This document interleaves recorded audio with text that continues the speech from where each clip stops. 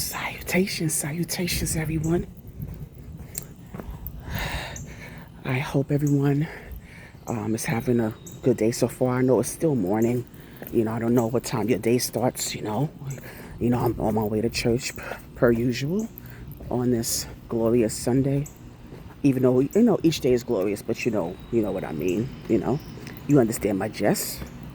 So I'm on my way to church, and I just wanted to chat with you guys, just very briefly. Not too long. And so I also wanted to take this time to wish all of the fathers a happy, blessed Father's Day. All of whether it's biological, adoptive fathers, foster fathers, dog father, pet fathers, father figures, uncles, cousins, godfathers, grandfathers, you you know, everyone a blessed Father's Day. And I'm talking about fathers. This is not to the single mothers who want to claim Father's Day as their own. No, it's not your day, you guys. I mean, I understand, that you have to take on certain things as a single mother, and I do understand that. I do relate because I was a single mother I was a single mother as well. So I get it, but I still don't mind giving the fathers their day, because I think a lot of men don't feel like they're appreciated enough as it is, because I think that a lot of times when you have different events and different occasions that come up, women are more highlighted in those things, and men tend to feel overshadowed, unfortunately. So, yeah, give them their day, you guys. Give them their day. Don't take that from them, because you have a lot of single fathers out there that don't be like, Happy Mother's Day. I don't really hear that, So, yeah, let's not be divisive on that one, okay? But for those who feel like they're overlooked, or they feel overshadowed, or they don't feel as appreciated, we appreciate you, men. We appreciate you guys, if you put in the work, I'm talking about those who actually are, taking that role seriously. I'm not just putting out there for the men who are undeserving or underdeserving of that, because you have those out there as well, unfortunately. And I think that's why, the men that are actually putting in the work and putting in the effort, it is unfortunately overlooked because of the abundance of men who don't take on that role like they should, for whatever reason, whatever circumstances, that does tend to happen as well. So now, if that applies to you, please do better. And those need to step up. I'm sure you know who you are. God be with you, but just step it up, because it's going to come a time where you're going to need the same children, or the ones that you abandon, or the ones that you neglect, or the ones that you don't want to be present in their lives for whatever reason. And it's, or the reasons are very much selfish, then you have to make sure that you're prepared for the consequences that come with that. You have to be prepared of how that child or children treat you, when they get old enough to understand the true reality of why you wasn't there for them in the first place. So I just want you to understand that you have to, be ready to accept those consequences, just like some of the women out there that, have the same type of dynamic with their children, but we're talking about fathers now. But I just wanted to put that out there. And also, I just want to personally wish my Heavenly Father a happy Father's Day as well, even though he's always going to be the head of my life. And also my earthly father, who transitioned to heaven a few days ago. May he rest in peace. Rest in peace and happy Father's Day to Randolph Hart. And I was just thinking about, I kind of reminisce on my father. He was tough as nails, very hard to read, times very difficult to get along with. And I know that I know a lot of you gonna say the apple doesn't fall far, so I get it, because he would always tell me, he always remind me that I have so much of him in me. And it's true, I do, but I've learned to kind of, that's what made me decide as I gotten older to kind of tone down a little bit on how I of the type of energy I give off, because I mean, so guarded. And I've had conversations with my dad, and even he says, I don't mean any harm a lot of times, or there are times where I have to really think back to what I said or how I said something. And and sometimes he would, like, because when we got to know each other, when we started to bond, we used to clash at first, until he was like, you have to get to just know me a little bit more better, but then I started to understand him more, because I guess we had that soul tie, right? Because he was my dad. I had so much of him in me. And I remember one time, my older brother, who's his son, we have different mothers, but he was like, "Oh, you are Randolph's daughter." And I'm like, "Why?" Because I guess the way I spoke, I think at the time my tone of voice was aggressive, which it wasn't meant to be aggressive. I was just talking. I was speaking on something. I was speaking on a matter, and he, I had to let him know that no, that's not my intention to be aggressive or be mean. I just the way I speak. So I just, I had to kind of make him understand that, because he was like, "Oh, you are Randolph's daughter." I just, like I said, we just had that, that we, sometimes we assert ourselves, it comes off harsh. That was my dad. That was my dad. So we had these conversations, and I said, "Look, Dad, I love you. I understand you." There were times I didn't like him at times, because there were moments where I felt like he treated me differently, even though I was his favorite, and I understood that he loved me. And of course, my sister Mika, shout out to Mika. Make sure you check out our conversation, by the way. We had a little interview conversation and on my channel. So he really didn't like Mika, my sister Mika, and my brother Randy too much. My brother was named after him. He doesn't have his full name, but just the first name. He has his first name. So with them two, he saw, we were, raised differently. They was raised in the South. I was raised in New York. And my father felt like my brother and my sister, their lives, they felt like they could have done more for themselves. I'm gonna just put it that way. I don't want to put too much of their business out there, but he felt like they could have done more for themselves, and they, seemed like he always felt like they were so dependent on him at certain times when it came to like borrowing money and certain things like that, and he would get frustrated with them a lot.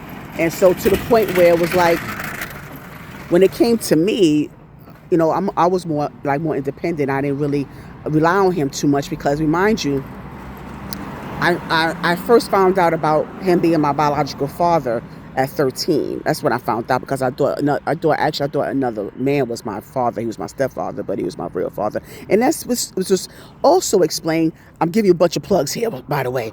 This is also kind of explained when my interview with my mother. So I gave you a little history there. So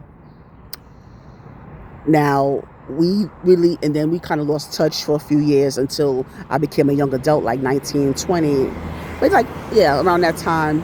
And we started, bonding and really getting more. Because I was resentful towards him at first, because it goes back to how I felt like he was absent from my life all this time. And, I was resentful towards him. He understood that, but at the same time, he didn't like the energy I was giving him. Some nerve, right? You the victim now? Really? But, but he understood at some point, like, why I was angry and why. But he was like, "I'm here now," right? So, but also on the other hand, I became aware of how my mom, kind of, handled the situation as well, because I don't know if he if he was even allowed the opportunity to have that relationship with me, or if he wanted to, because I just didn't think, deep down, I didn't think my dad really wanted to have children. I don't think he really wanted to bear that, you know. And I'm not saying, no, he doesn't mean that he loves his children any less, but I just don't think that he really wanted to be a father at the time or something. I don't know. But I also know that my mom didn't make it that easy for him either at times. And she admitted that, you know. And also they lost touch. And, you know, people, you know, they live their different lives and things happen, things occur. But I'm just trying to give you a little bit of backstory, you know, just sharing some memories of my dad, and how, as we bonded, as we, as we've been able to, get closer throughout the years. You know, always make sure I visited him, checked on him, you know, but he treated me differently. Oh yeah, I was going to get into that. How he, and I kind of, called him out on it a couple of times about how every time like Randy and Mika would ask for something or ask for a favor, you are not as, you're not as hard on them as you are on me. And I don't ask for much. But, oh, 1 second, please. Hold on. Hi, I'm just doing the video. Yeah, so give me 1 second. 1 second, you guys. Pardon me. You know. Alrighty, so. Are you a father? No, you have no children?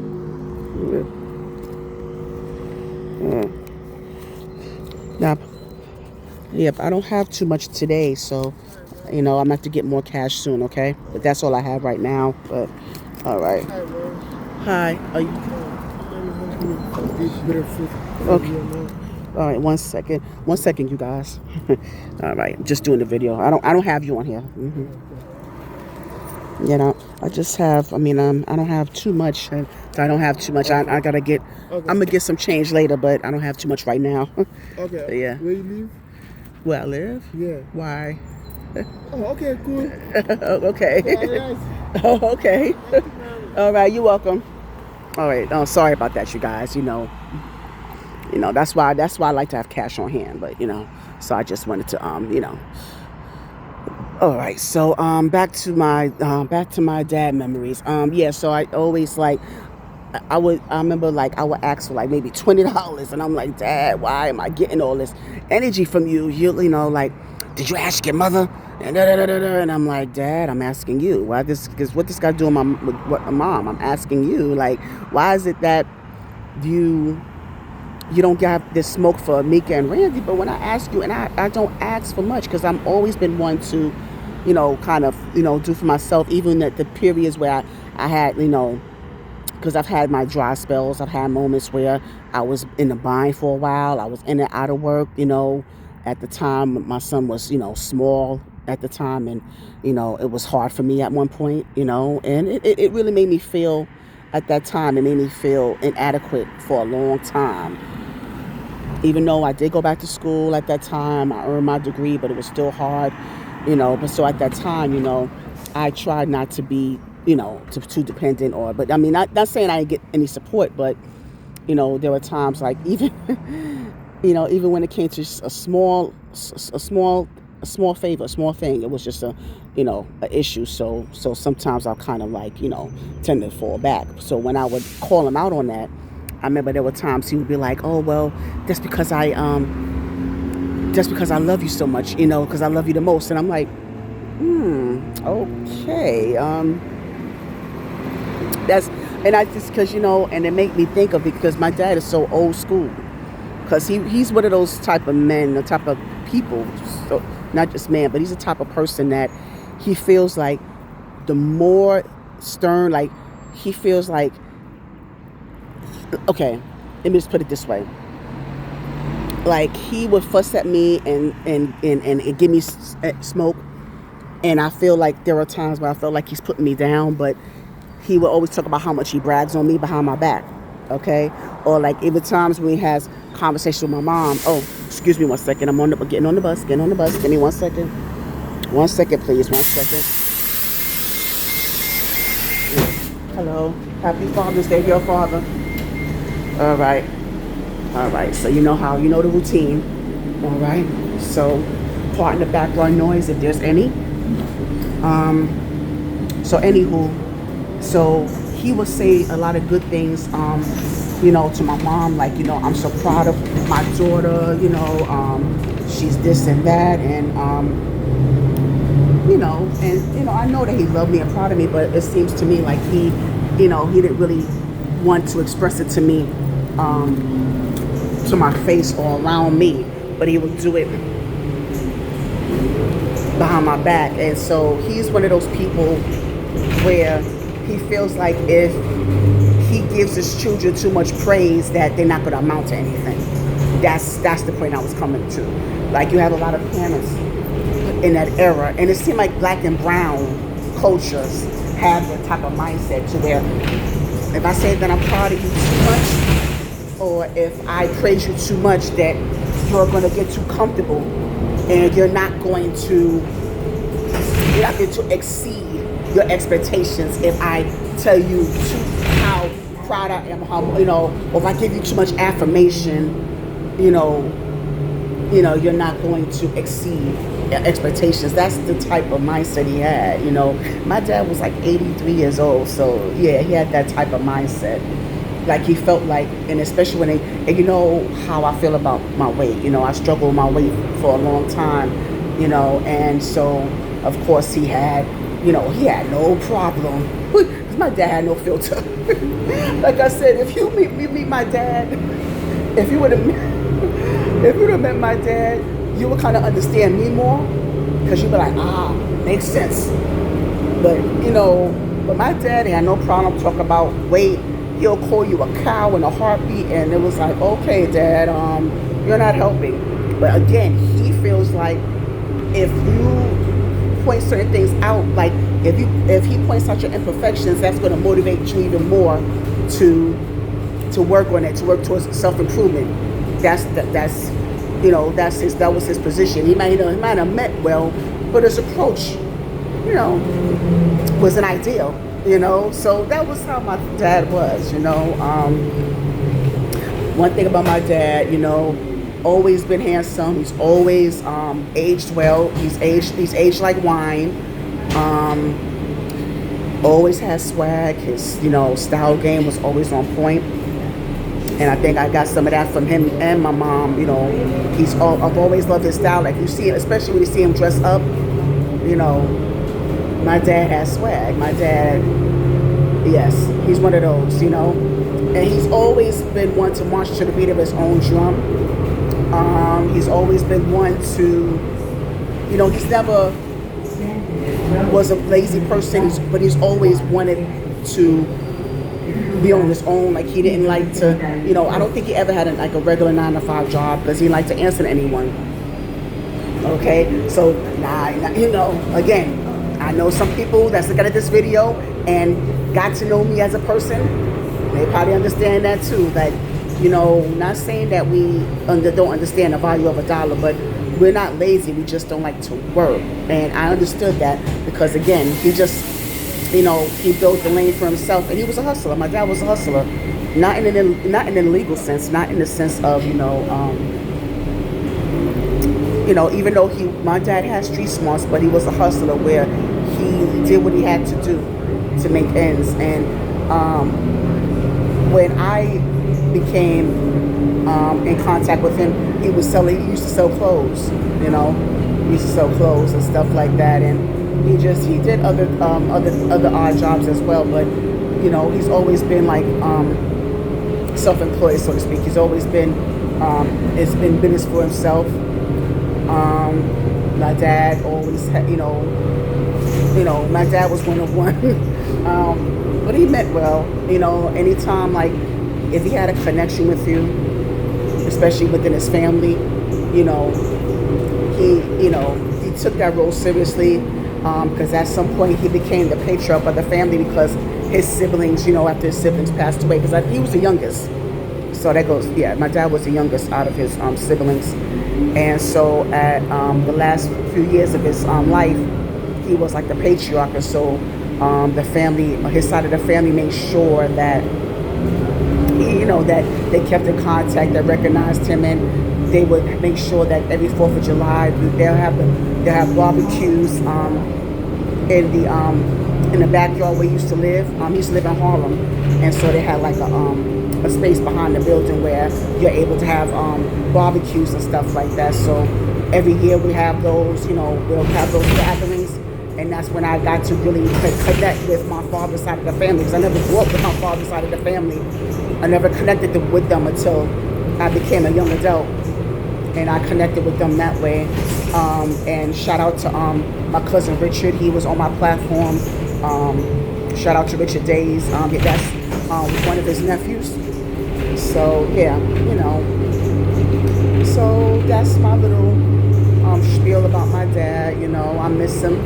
It was unfortunate that I didn't get to say my last goodbyes to him before he transitioned. So that's going to remain, that's going to remain stuck with me, But I know, how he felt about me. I will continue to live the rest of my life knowing that my dad, truly, truly loved me. And he would do anything for me. Like, he would make an exception for me, like, on certain things. Next stop, please.